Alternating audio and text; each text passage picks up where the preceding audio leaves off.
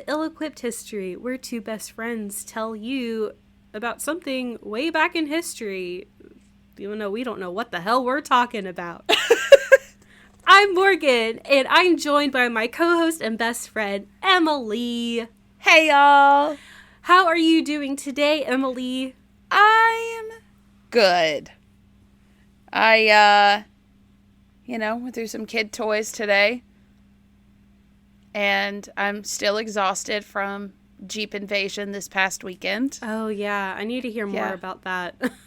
Apparently, I was getting texts. We were in the group chat. We were getting texts from Emily. It was wild. Oh, not in my God. Not in a good way. It was the weirdest Jeep invasion. Normally, it's, like, really chill. Yeah, the traffic is nuts.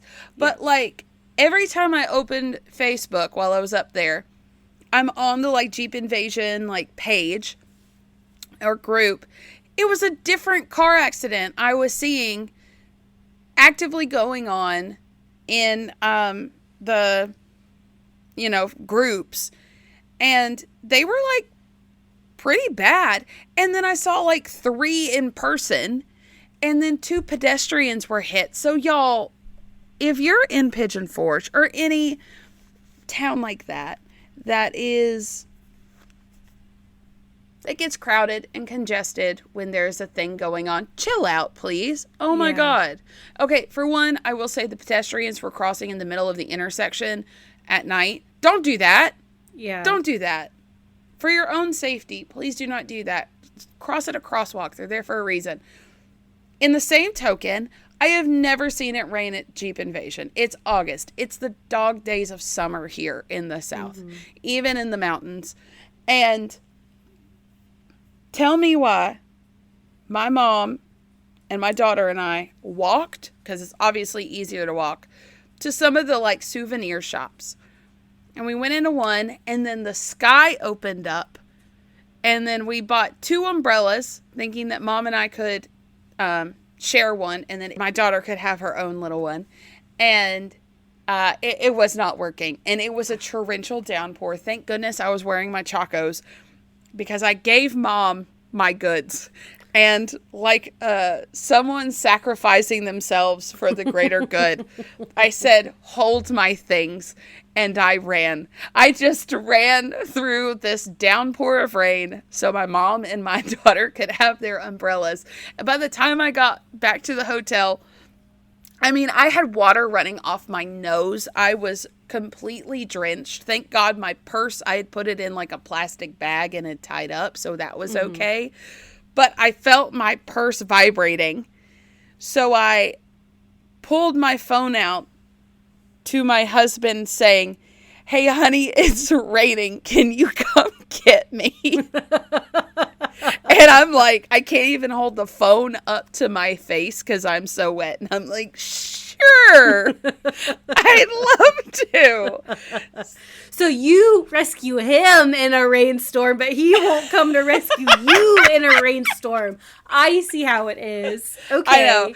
I would have told him to kiss my ass, but our son was with him, and I was like, I'll do it for the child. So I went inside, and I got my dry clothes on, ran back out, drove my mom's Cherokee, which is not like my style Cherokee, not like the box style. It's like a newer one. Yeah. It's a standard SUV size. Just think of that. And I think our moms have the exact SUV. Same vehicle. Freaking like probably. Same color and everything. Probably. So I drive through, and I have to go over this teeny tiny little bridge, walls up high, and it's really just a bridge for drainage. The water came down so rapidly. One, when I was running, the water was already ankle to like a third of the way up my shin deep in the parking lots. Oh my gosh. I get in the car and I drive across this little drainage bridge. The water is up to like an inch over the bottom of the doors of this SUV. Oh my God. And I know that because the car in front of me is like the same size as me. And I'm like, are you going to make it? And then I start going. And if you're in water, don't stop. Thankfully, it was a very small bridge, or I would have turned around. I was like, I can make it through this. But I was like, oh my, the car in front of me started stopping. And I'm like, no, please go. Go. No idling in deep water. Bad. So I made it through, and I made it up there. I found the husband. I found my dad and my child. We got in the Cherokee, and we started driving back to the hotel, and the rain stopped. And I was going to have an aneurysm. It's fine. It's fine. But yeah, I did end up going to Dollywood on that Friday because I have season passes, and that worked out great. That was a beautiful day. So there's that. Well, it sounds like you had a very eventful weekend. I did. I had the opposite because I'm pretty sure I got COVID. So I did not leave my house. Damn. I took a sick day on Friday because I felt like garbage. I started feeling not great on Tuesday. Wednesday, I was really tired. Thursday, I felt like shit. And that translated into Friday. Saturday, I was okay. Like, I didn't feel great. And then Sunday, I woke up and I felt like I'd been hit by a car. Yeah. But yesterday, I woke up and I felt okay. So... Well, at least it was quick-ish. Yeah. I wore a mask yesterday just in case, but today I feel like symptom-free. Like, I feel... But I'm like, of course. It's going around. Like, I am at 2 different school buildings. Kyle has his school. It's going around everywhere. I know, like, 5 people that have had COVID in the past month. Yeah. So. Nick says that it's going around his job, and I'm hoping... that he steers clear of everyone. Yeah. Because we're going to Chicago in a couple weeks. Woo. So, I'm excited for yay! I'm so excited. Yeah, my husband now is in a job that he gets to go to, like, conferences, and his job was like, hey, you want to take your wife? And he's like, yeah, I like her, so I guess. No, he tells people, he's like, I really just want her around. So yeah, we're bringing her. So while he's at the convention, I'm going to be wandering around Chicago, maybe with a friend that I haven't met yet. Apparently a coworker's wife is coming too. And he's like, she wants to hit up some museums. And I was like, did you vet her? Is she cool? I'm scared. I need to know. Is she cool? I mean, checking out museums is one bonus point. It is. I'm like, you're already... Nick looked her up on Facebook. She's real pretty. Apparently she's in college. Probably has way better knees than me. I hope she can walk slow. Because if she's in college, statistically probably not my age, I'm going to need her to, like, be cool with my aching joints. You need your walker back with your license plate on it? I might. Listen, I was the coolest kid in that school. You couldn't tell me otherwise. I went to that school. With a walker? Who let me out of the house? Your parents, apparently. Jesus Christ. My head full of freaking braces. My leg in a cast, my headgear. I looked awful. Such a nerd. You're still a nerd, but you're my nerd, and I love you. I love you. Okay, well, we're 10 minutes in. Should we... Oh, jeez. We've been yakking. Oh, a yak. Let's get started in our skit. I'm excited, and I did a lot of research for today's episode. I'm excited. Oh my god, you're so stupid. You're crazy. Get it out of here. You're mad. Can't you see this is pointless? In a few years, we'll all be Roman. Besides, who do you think you are? Your father was already executed for this exact thing years ago.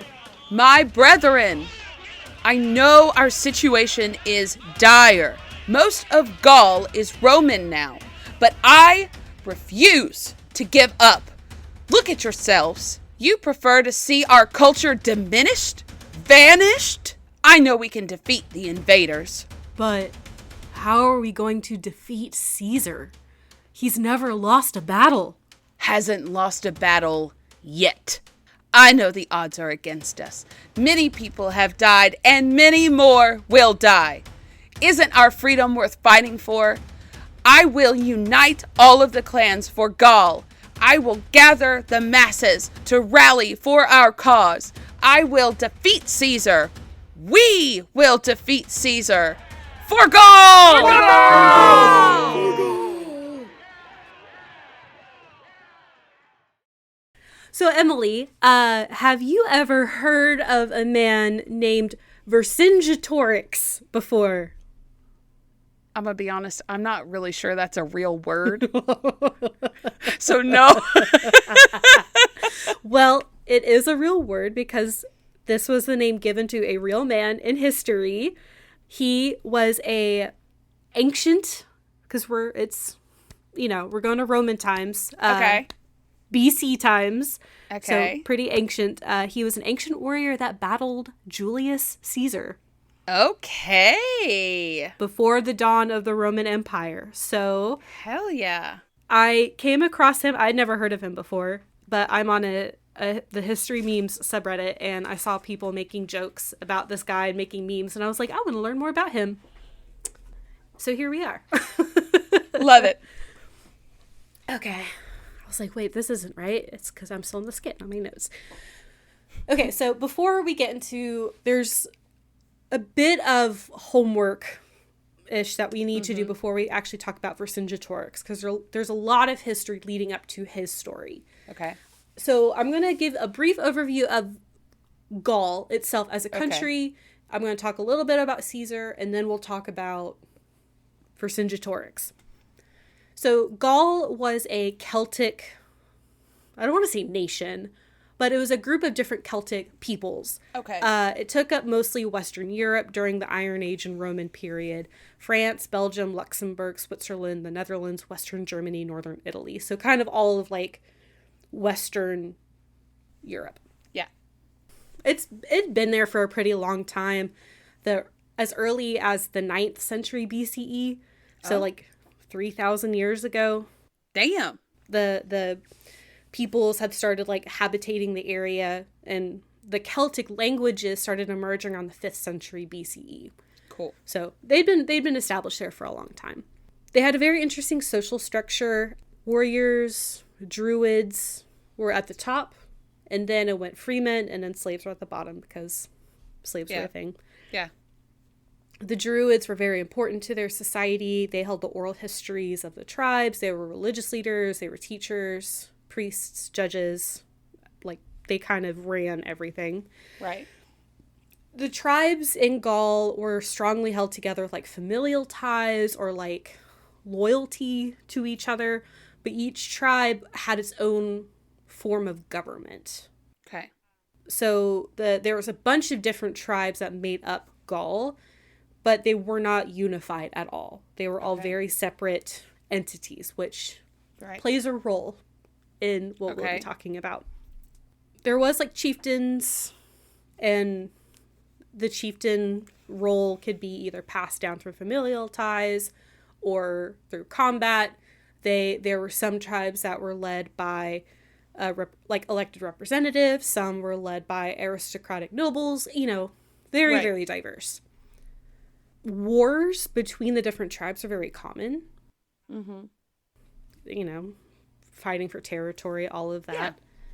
Yeah. But they did, most of the tribes did share like similar languages. So they were able to communicate. They all spoke some form of like a Celtic language. Right.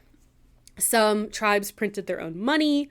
Tribes had very well-trained armies. They were very proficient militarily. And I say all this so you understand, like, these were not, like, people living in the woods. Right. The Romans would eventually call them barbarians. Of course. What a common tactic to dehumanize the people you're trying to conquer. Right. Right. Well, even before that, like, because we'll get into it, but Gaul kind of conquered, or they invaded Rome, which led to the Romans calling them barbarians. But they had a very, like, established social, like, societies. Right. With money, with craftsmanship. They knew surgery. They had surgical practices. Damn. Very, like, craftsmanship was very strongly emphasized in Gallic cultures, especially metalwork with iron and gold. Apparently, they invented soap using a mixture of ash and suet, which is like it's like fat, isn't it? It's like melted fat. I think so. It's fat from animals. Good to know. Okay. Yeah. Yeah. So they had soap. They had a lot of pottery. They invented the wooden barrel. Oh. They invented chainmail and pants. What? Yeah. They had pants. Hell yeah. And it was still a mostly patriarchal society structure, but women in Gaul could own property, and there was not as much of like a rigid sexual like expectations, you know, like right with, I'm trying to figure out how to say this, like if you like went outside of your union, I guess, like things weren't like as fiercely punished. Like things were a little bit more like you could be more promiscuous and it wasn't like a big deal. Oh. And at one point in I think it was the 5th century BCE, the Gauls sacked Rome. And Rome never forgot this. Oh. They were barbarians. How could they invade Rome? How dare they? So that's kind of like the contextual understanding of Gaul as we go in and start talking about a man named Julius Caesar. Yeah. Have you ever heard of him, Emily? Nope. Doesn't ring a bell. I have heard of the salad dressing though. Yes. So, you know, like that one. Yeah. Yeah. Yeah. It's that Caesar. Yeah, of course. So after like I said, the Romans were like super bitter about the Gauls attacking them several centuries prior. So in 121 BCE, Rome started conquering the Gauls. Morley. I'm sorry. I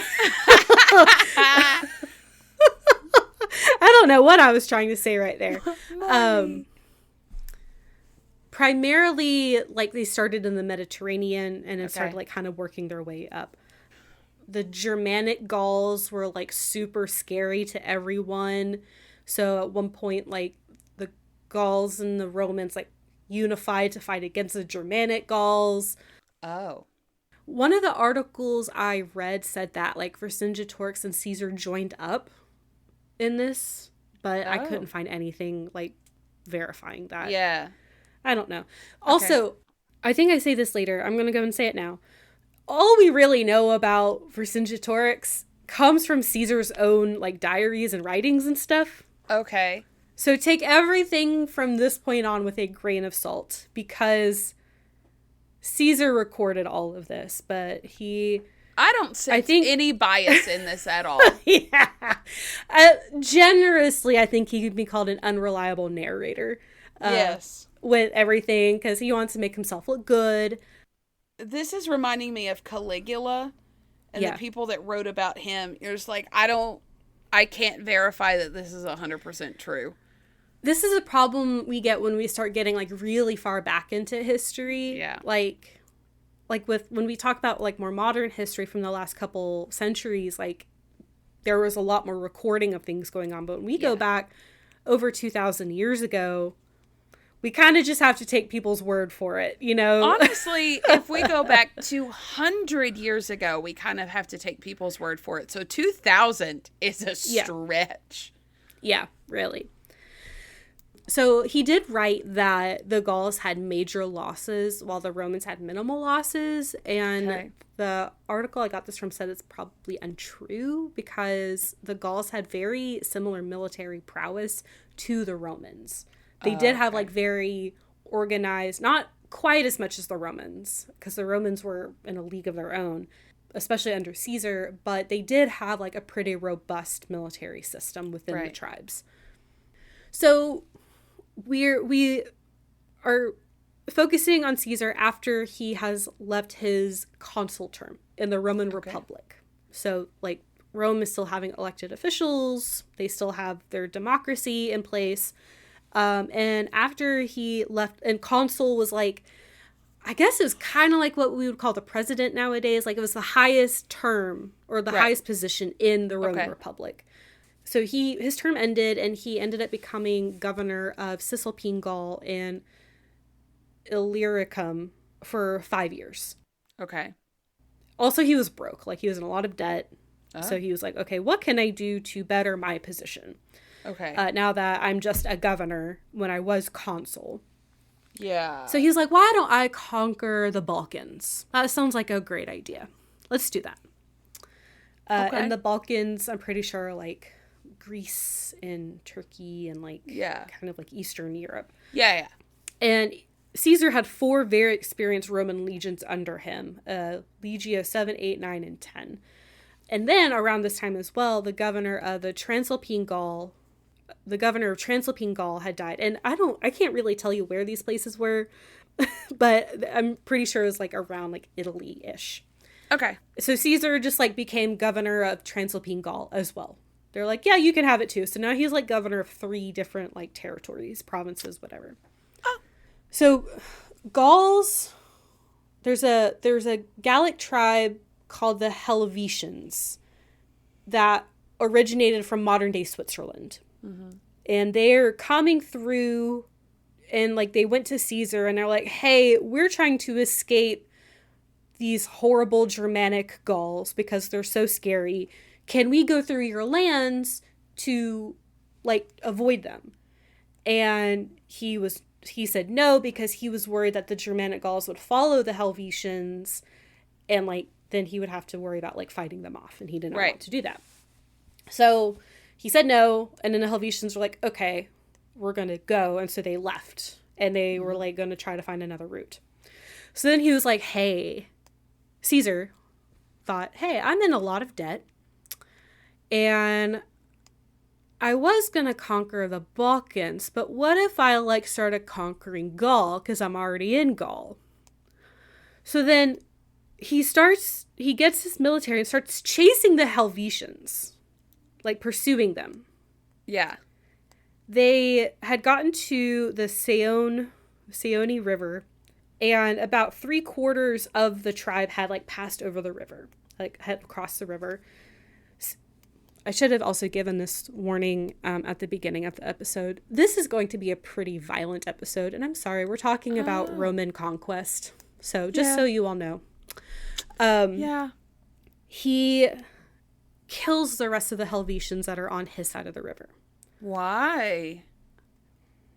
I don't know. He's Caesar. He kills a lot of people. What the unfortunately. fuck? Yeah. It's like, I read that, I was shocked. Like, I didn't know. We definitely need to do an episode about Caesar. We should totally just stab Caesar. Yeah. But yeah, he does that a couple times. I'm sorry. Oh. So he kills all the remaining Helvetians on his side of the river, and then his army like quickly builds a bridge within just like a very short amount of time. And his between 24 and 30,000 men then cross the river in further pursuit of the Helvetians. Oh, jeez. So they were like, okay, let's keep it cool. Let's keep it cool. What can we negotiate? And Caesar gave them like these ridiculous terms that they would never agree to. Like, it was like, I didn't see what the terms were specifically, but just that they were terrible. Like, yeah. No reasonable person would ever agree to them. So then the Helvetians actually started attacking the Romans.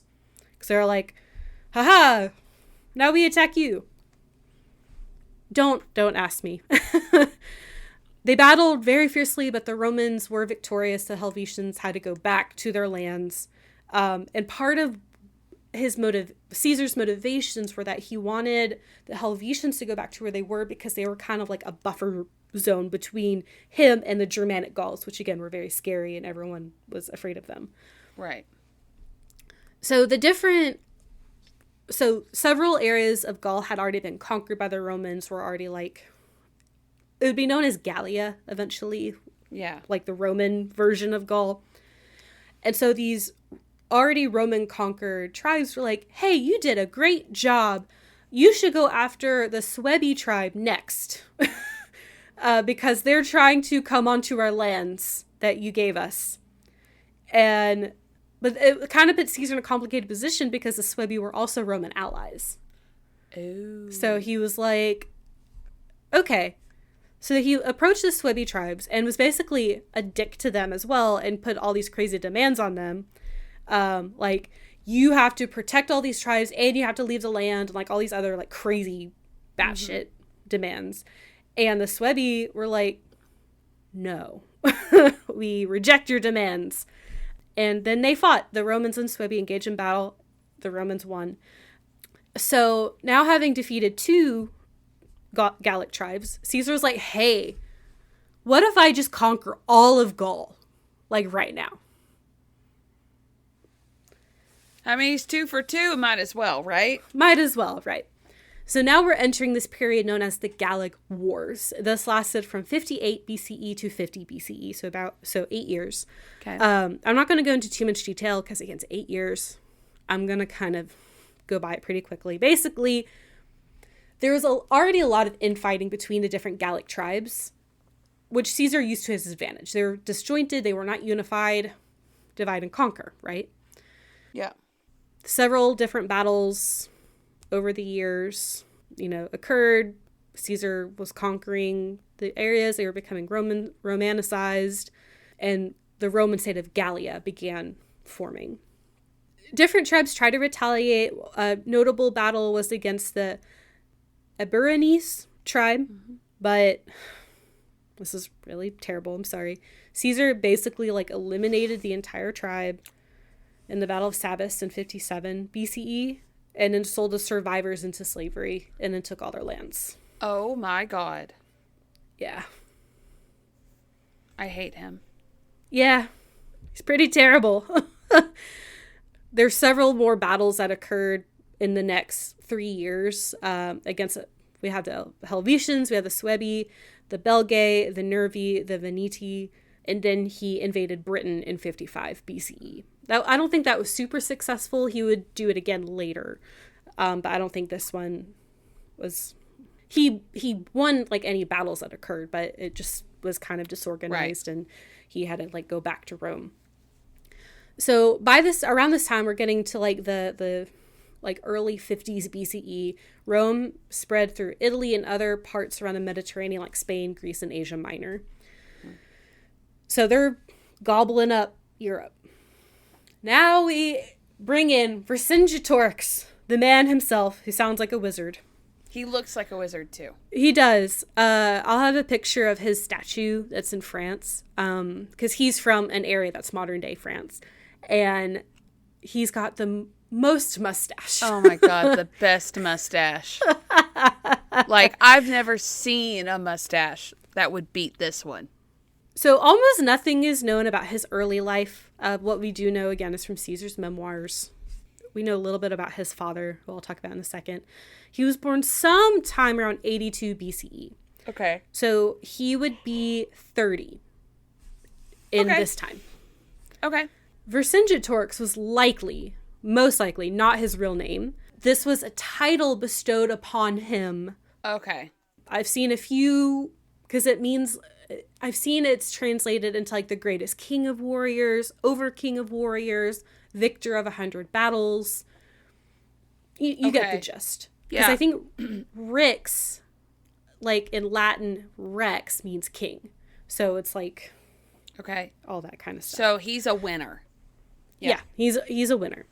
I don't think he fought 100 battles, but he may have before the story. I'm not sure. He was described as, quote, tall, handsome, and charismatic. It was noted that he had long hair and a mustache. Sign me all up. Depictions of him. Right. He was a, quote, revered public speaker known for rallying troops and townspeople alike with his inspiring and moving speeches. So he was a talker. I feel like I've read this book too. Maybe. Vercingetorix was in the Arverni tribe, which was one of the most powerful tribes in Gaul. Okay. His father's name was Celtillus. Did I say that right? Celtillus, who had been chief of the Arverni tribe. And he, years prior, had attempted to unite all of the tribes of Gaul under one banner, I believe to fight the Romans. I couldn't find a whole lot of information. It could have been just to consolidate power. I'm not sure. But for this action, he was killed. Because he was trying to seek, quote, establish hegemony over all the Gauls. Okay.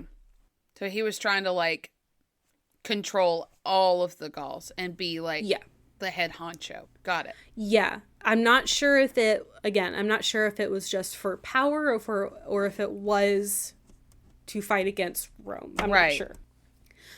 So, again, we don't know a lot of details about, like, kind of before 52 BCE. One article I read said that Vercingetorix tried to negotiate maybe with some people. I'm not sure who he tried to negotiate with. There's also some theories that he may have spent some time in Rome when he was young as a hostage, because sometimes, like, they would do that. They would, like, take hostages and, like, kind of raise them Roman. Who knows? But he may have learned, like, Roman battle tactics, military strategies, and the Roman language while he was in Rome. Again, maybe. We don't know for sure. Okay. But he was like, hey, the Romans are, like, conquering all of Gaul, and we have to stop them. Right. And by this point, like, most of Gaul had been conquered, I want to say. And they were starting to lose their culture. So Vercingetorix is like, enough is enough. We're going to do something about it, damn it. He kind of got, like, he started, like, being really jazzed about this when he learned news of some Gauls in Sebabum, which is near modern-day Orleans. They had killed a lot of, like, Roman leaders and nobles and stuff. So he was like, okay, like, here we go. Here's, like, the fire I need. Yeah. The Arverni Elder Council did not want to fight the Romans. His own uncle, Gabinicio, thought that going up against the Romans was too great a risk. He was like, it's not a good idea. We're just going to get slaughtered. And he was actually cast out of the village of Gergovia, which I believe was his birthplace. Okay. So they sent him away. He was ousted. But while he was out among the other tribes he started with, quote, beggars and outcasts, but starting, like, uniting people under him. Yeah. And he started to amass an army. Once he had enough followers, he went, and they were like, you are king because you are a great talker. He went back to Gergovia and ousted the council of elders, including his own uncle. And he was like, I will fight for us. Let's unite to fight the Romans for freedom. For Gaul. And he was actually able to do it. Like, a lot of different tribes were like, yeah, okay. Like, we didn't do it before. We actually killed your dad for the same thing, but we'll unite under you because you have, like, you have a plan. So there were tribes that had long histories of staying loyal to Rome. They stayed, like, they had been under Roman control for probably a century at this point. But a lot of other tribes were like, yes, let's unite under Vercingetorix. So he was officially crowned king of the Arverni tribe and general of the army that he had amassed. And this is probably where he got his title. Gotcha. This was written by Caesar. Again, take this with a grain of salt. But apparently, Caesar said that Vercingetorix kept his men in line by threatening horrible punishments if their loyalty wavered, including cutting off ears or gouging out eyes. You better listen to him, or you're not going to be able to anymore. Right, or see him.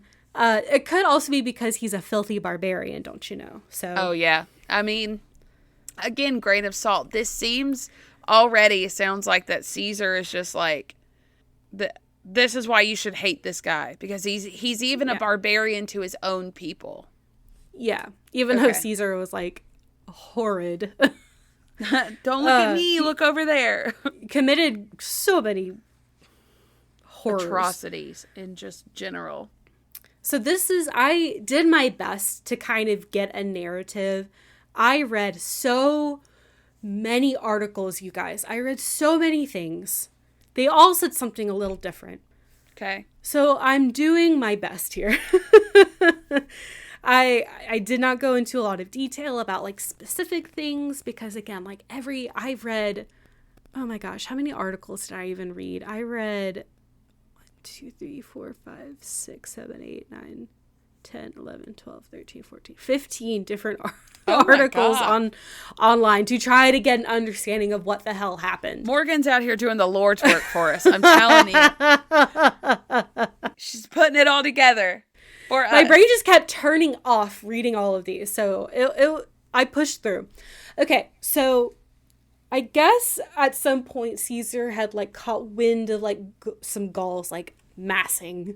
So he went to go check it out. Okay. Vercingetorix, meanwhile, started like invading the previously conquered lands, looting for supplies, which further invigorated his men to let even more tribes join them. Almost all the tribes in Gaul had united under Vercingetorix, which is probably hundreds. That's crazy. Like, I don't think like it was so many people. The first kind of, I've seen different things about which was first, but this is what I saw like the first like conflict between Caesar and Vercingetorix at Noviodunum. There's going to be a lot of Latin here. I'm sorry. Okay. So Vercingetorix wanted to kind of block Caesar from leaving northern Italy, but wasn't able to get there in time. So he was like, I'm going to start besieging the town of Gorgiabina, which had been given to the Bulli tribe by Caesar, and they were his allies. So he's like, I'm going to start besieging like these Roman allies. And Caesar was like, okay, if I let Gorgiabina, I don't know how to say it, get taken, then I'm going to lose a lot of support for my conquest. And that would bolster the revolt. That would bolster these rebels fighting against me.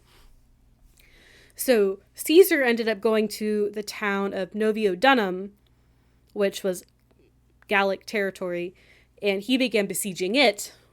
And Vercingetorix like left Gorgiabina to defend Noviodunum. So as the Gauls were like coming into town, Caesar had the Romans like start attacking them, so they started fighting. And the Gauls were actually like, again, they had a lot of military prowess, again, according to Caesar.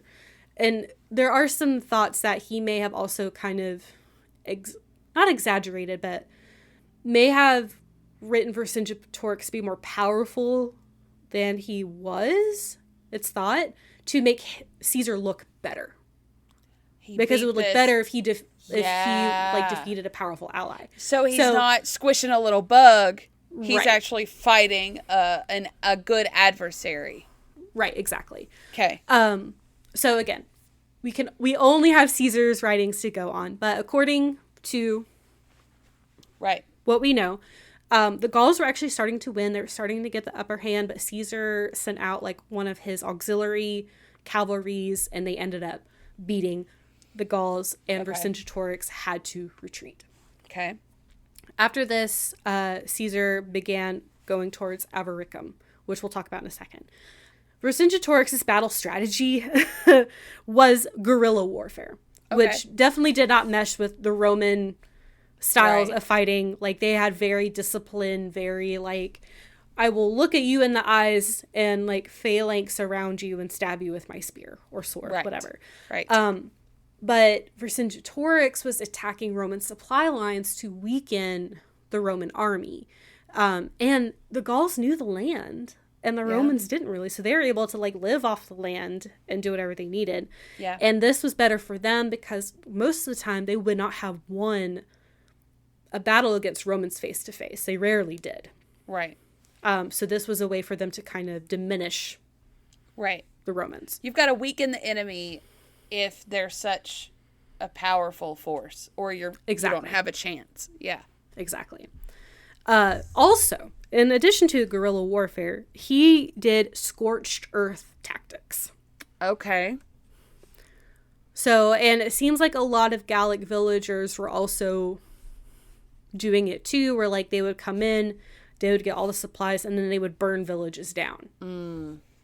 And Gallic villagers were even burning their own towns down to prevent the Romans from accessing the resources. It's like scuttling a boat so it doesn't go into enemy hands. Exactly. It's a tactic, and it does have its merits. Yeah.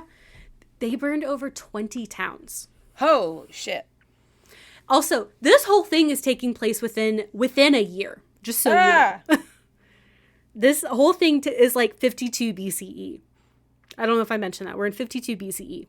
So now we're getting to Avaricum.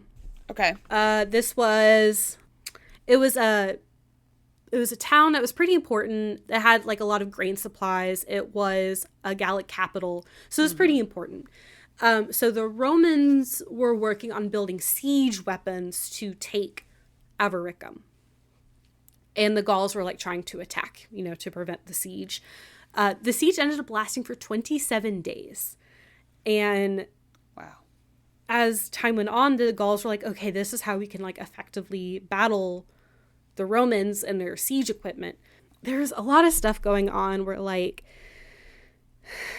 the Romans at some point like got in, and like some people like so Vercingetorix, he was on the fringes. Like he wasn't in Avaricum. He had followed Caesar to there, but he was like in the swamp.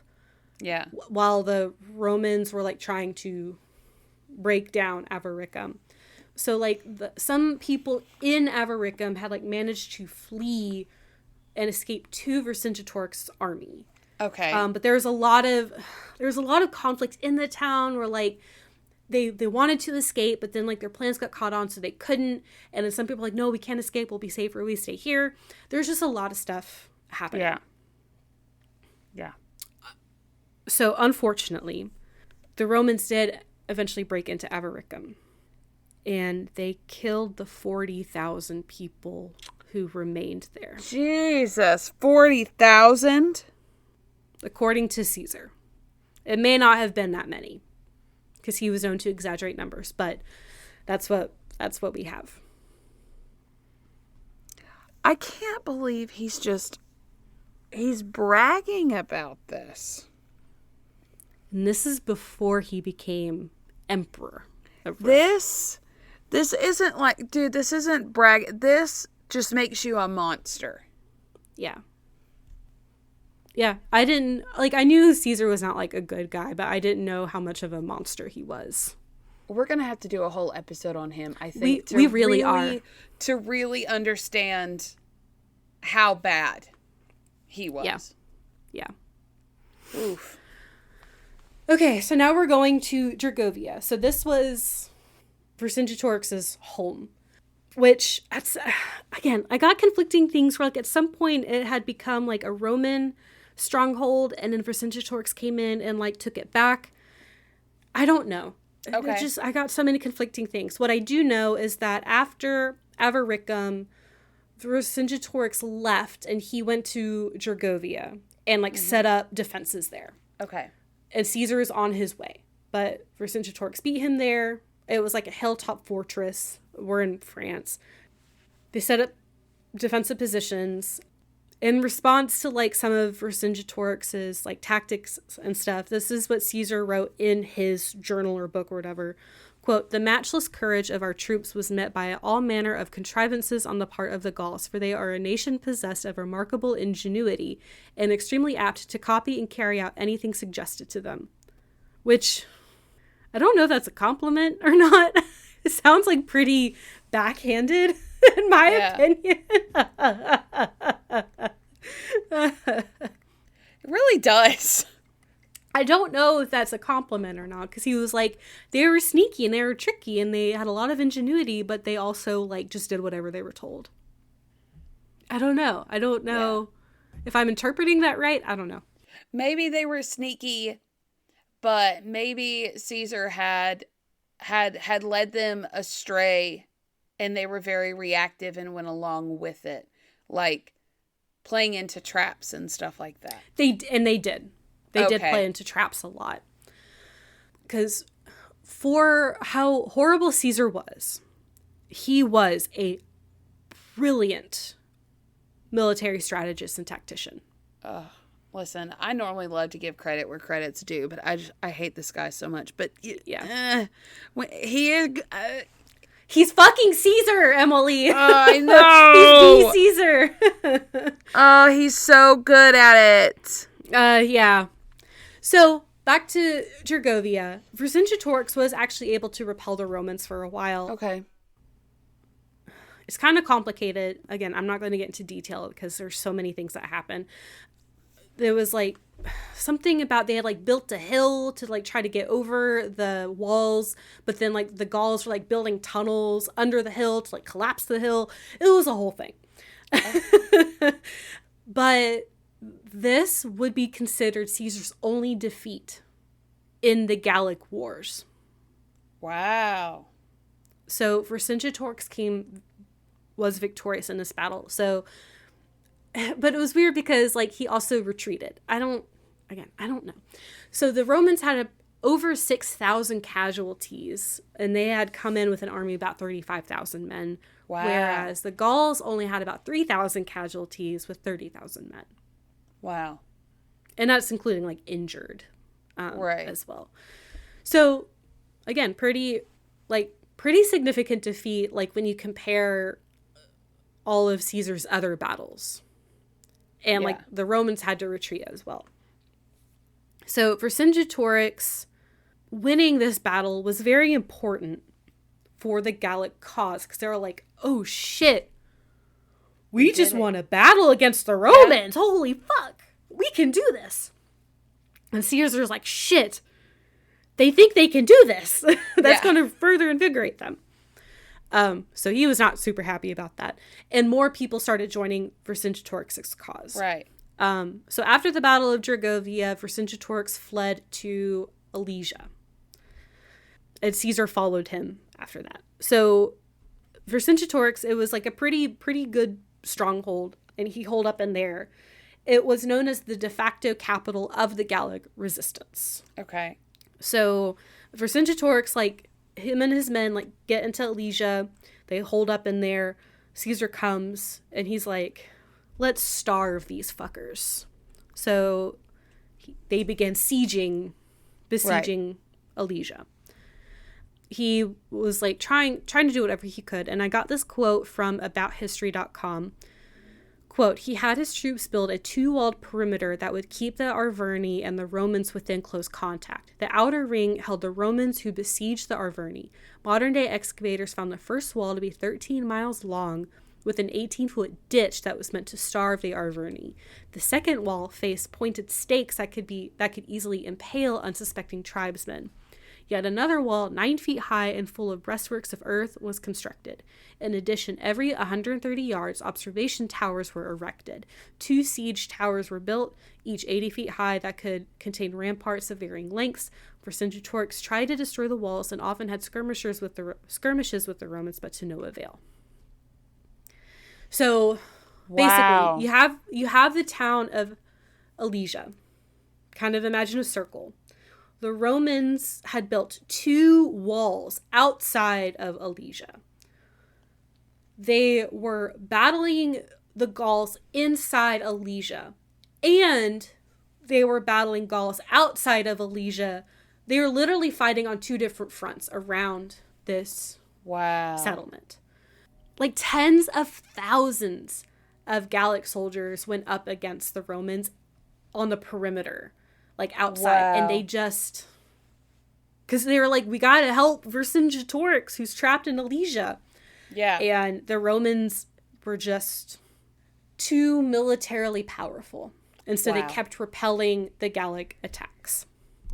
And I have some pictures. I don't know if it fully encompasses like what they did, but this was like a recreation, and you can see like the walls where like the kind of lookout towers are, and then like the pointed sticks. That's incredible. That's crazy.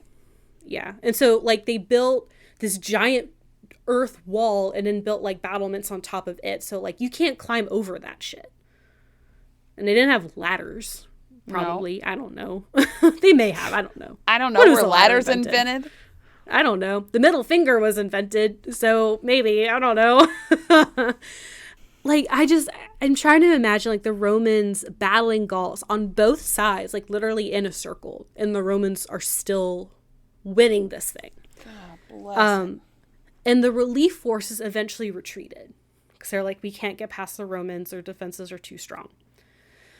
So this is another quote from abouthistory.com, quote. And this is really tragic. I'm just going to go and say. Okay. This really fucking sucks. Quote, the war council in Alesia decided to wait for the end. The Arverni were slowly starving, so Vercingetorix released the women and children from his stronghold, hoping Caesar would take pity and treat them as prisoners. But he refused, and the women and children perished. Caesar won the 5-day battle of Alesia because the tribes under Vercingetorix were poorly organized and some betrayed their leader. He killed them? Mm-hmm. What a freaking monster. Yeah. I hate him. Yeah. I don't think anyone has ever encompassed the word monster as well as Caesar. Yeah. Holy shit. So this is what I was confused about. Like, this quote says the 5-day battle of Alesia. Maybe because, like, the battle took place for 5 days, but the siege lasted weeks. Okay. So now we're getting into my next section is called Surrender and Imprisonment. Okay. There are 2 stories. Okay. One says that the Gauls blamed Vercingetorix for basically allowing him to be trapped. And they're like, you caused this. Like, you fled here. You let yourself get trapped by Caesar. And they handed him over to Caesar. The other story is that he willingly surrendered because he knew his back was to the wall. Right. So what is reported to have happened is Vercingetorix went to the Roman camp. He went up to Caesar's tent where he took off his armor and knelt, surrendering. Wow. That's in several stories where he, like, took off all of his armor. He threw his sword at Caesar's feet and said, I surrender. This was the end of the Gallic resistance against Rome. Okay. I think Caesar called it the, quote, final pacification of Gaul. My God. Yeah, I know. And after Vercingetorix surrendered, the Romans massacred all the remaining Gauls in Alesia.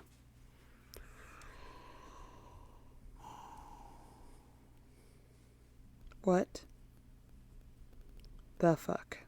I know. He surrendered. Ugh. Caesar himself noted how strong and capable a military leader Vercingetorix was. But that did not save him because he held Vercingetorix prisoner for about 5 to 6 years after this. What? And most sources believe he was held in the Tullianum, which was like an infamous Roman prison. Oh, God. And so Caesar had like these triumphs when he like became emperor, which I didn't look too far into the triumphs because I was so sick of reading about him. But I imagined him to be like kind of like big parades, like military parades showing off his power. So Vercingetorix be like march through the streets during these triumphs, being like, "Look, we beat this guy, this loser, whatever." And in 46 BCE, there's a lot of conflicting things. Either in prison or in one of Caesar's triumphs, he was executed. Either by strangulation or beheading. Jesus Christ. No one's 100% sure. Apparently, strangulation was the, quote, customary fate of defeated enemy leaders in Rome. And it'd, like, be public and horrible. I hate that. Yeah. So, the aftermath, Gaul did become increasingly romanicized, with Latin eventually replacing Gallic, but they were able to hold on to the core elements of their traditions and customs. I think I read that a long time ago, like, when Rome would conquer areas, they were like, you're Roman now, but you can, like, still do, like, your thing. You just have to speak Latin now because we speak Latin. We have to communicate. What would eventually be known as Lyon in France was an epicenter of trade and government in Gallia, which was the eventual like Roman state. And then Rome would use Gallia as launching points to then invade Germany and Britain. And those things. We're not going to talk about those today. Rome massively benefited from the conquest of Gaul, which helped Caesar go in and invade Rome. Oh my God. And he became the first Roman emperor of the new Roman Empire. Because it was a republic before this, and now it's an empire. Could he chill? No, he cannot chill. Rome continued to inhabit Gaul for the next 500 years until the fall of the Roman Empire. I hate this guy. Yeah, me too. So more about Vercingetorix and his legacy. He was labeled as a traitor and enemy by Rome, duh. But the Gauls considered him a hero, and then the French later on were like, he is our hero because he lived and like most of these battles took place in modern day France. He's remembered to this day as a freedom fighter. He became even more popular in death. Like, I likened it to like a martyr of sorts, you know? It feels very Braveheart. Yes. Yeah. Yes, very much so. He's known as the first national hero of France for fighting against the Roman invaders. Okay. I thought this was super interesting. Apparently, during the French Revolution and when Napoleon started coming into power, he like read through a bunch of stuff. He was like, oh, Vercingetorix, who fought against the Romans. Like, he was a cool guy. So Napoleon kind of brought his name back into like public consciousness. Oh, shit. And I think he had that statue built of him with his fabulous mustache. I think so. All right. Yeah. There is an asteroid named after Vercingetorix.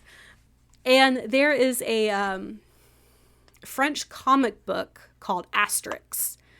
And I don't know if like his name is Vercingetorix in the comic, but he's represented in it. And this is about these two Gauls who are fighting against Caesar. And I have a picture from the comic.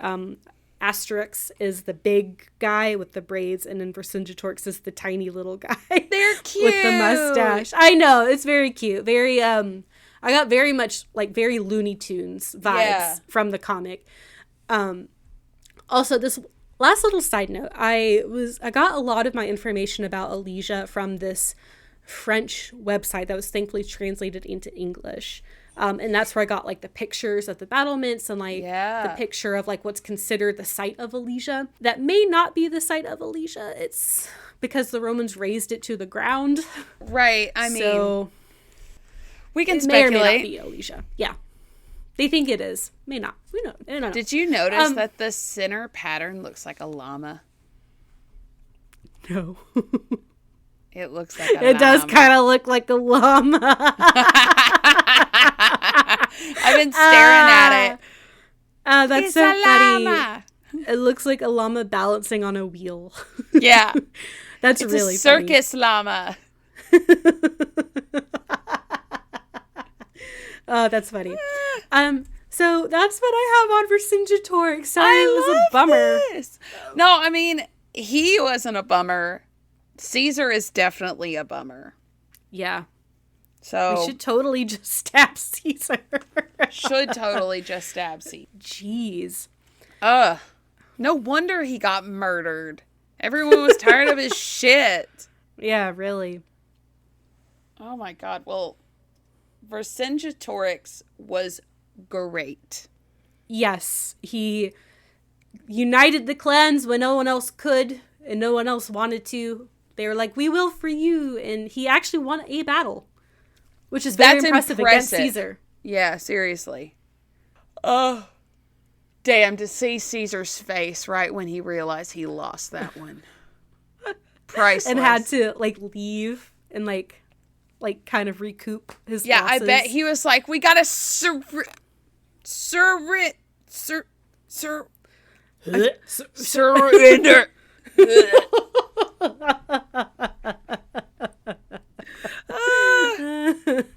Yeah, probably felt like vinegar in the mouth. I bet Good it for did. him. It's good for him. We all gotta lose sometimes, right? That's how we Yeah. learn and grow. Exactly. Well, he should have stopped there. He should have He stopped should have learning and stopped growing because Yeah. he'd done enough damage. Yeah, I saw that. I didn't go again. Like a lot of the reading I did, like it started getting like so technical and very Latin, and my brain just started blue screening Yes. when I would read it. But I did come across something where, like, after Gergovia, things may have changed a lot if Vercingetorix didn't like hold up in Alesia. Right. Like He made who a knows? very bad mistake. Like, why would he do Yeah. that? You got to keep moving. Yeah, I'm not sure because like that was kind of his strategy. Like he would just kept like he would go into a settlement and hold up, and then he would go into a settlement and hold up. Well, that's very predictable. Yeah, So you can't be predictable in war. mm-hmm. That's how you get caught in a Right. trap, which it seems like that's what What happened. happened. They were like, oh, we know he's going to this place.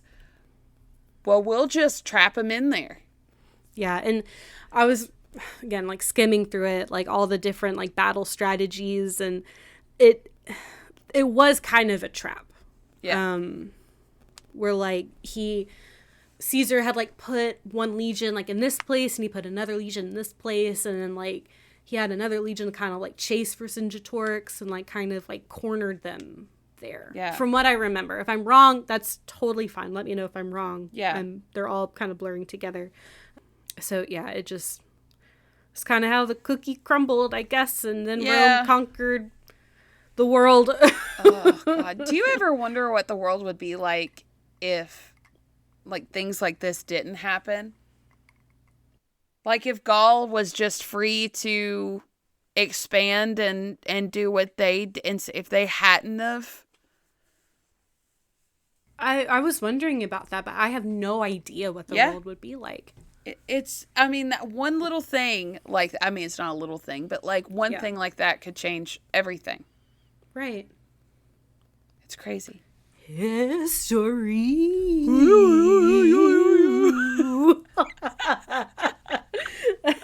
We were like waving our fingers at each other like a spooky way. Spooky. Well, shall we get into our socials? Yes, let's do it.